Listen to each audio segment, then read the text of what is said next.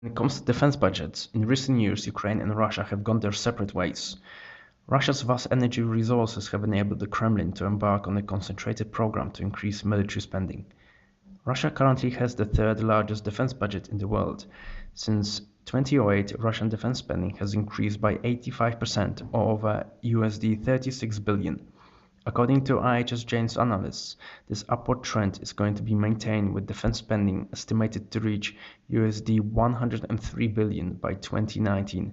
Concurrently, in terms of GDP growth, defense spending will rise from 3.1% of GDP in 2013 to 4% by 2016 and will have more than trebled in nominal terms since 2007. Ukraine, on the other hand, has been struggling with its defense spending in recent years. Despite a legal requirement that set the defense budget at 3% of GDP annually, defense spending has consistently failed to meet the targets required for its modernization.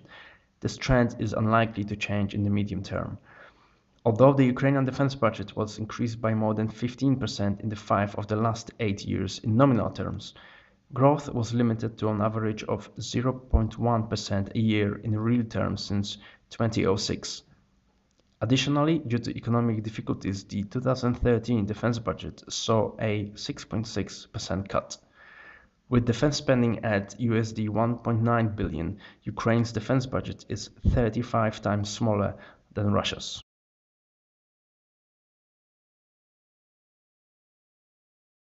When it comes to rotary and fixed-wing resources across all services, Russia again is capable of deploying a significantly larger number of assets to a theater of operations.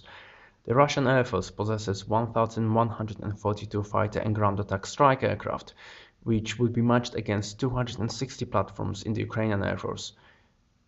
Russian operations would also be supported by 142 bombers, with this capability non-existent in the Ukrainian Air Force. Airlift capacity for strategic mobility and troop deployments is of particular importance, especially for Russia, and here again the Russian Air Force is superior with 481 transport aircraft compared to 42 in the Ukrainian Air Force. Rotary wing numbers also favor Russia with a capacity to deploy 1,100 attack and transport helicopters. Ukraine, on the other hand, only fields 40 transport and 65 attack helicopters. Russia possesses a complete superiority in naval aviation, with Ukraine only able to deploy a small number of transports and MPA anti-submarine aircraft.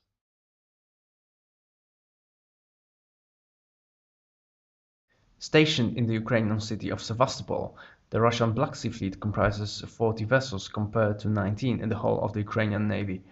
Both Ukraine and the BSF have one submarine, however this is where similarities end.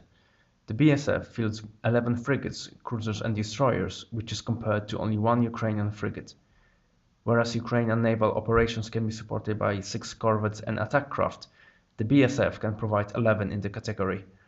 The Russian naval assets in the Crimea are also better equipped to conduct mine countermeasures and amphibious landing operations, being capable of deploying 8 and 9 vessels respectively, compared to 5 and 3 ships on the Ukrainian side.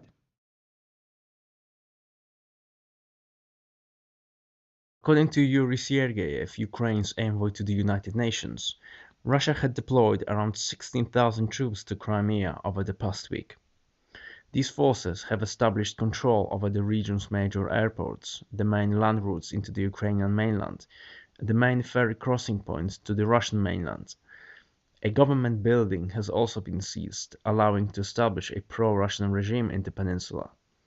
Ukrainian military bases in the region have been surrounded by Russian forces and pro-Russian militia. The Ukrainian government responded with putting its armed forces on combat alert on 1st of March.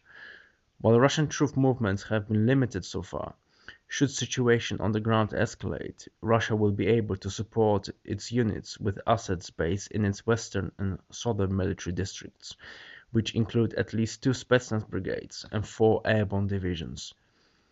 It is also worth noting that a significant number of best-trained Russian paramilitary security and special forces units are currently tied up providing security for Paralympics in Sochi.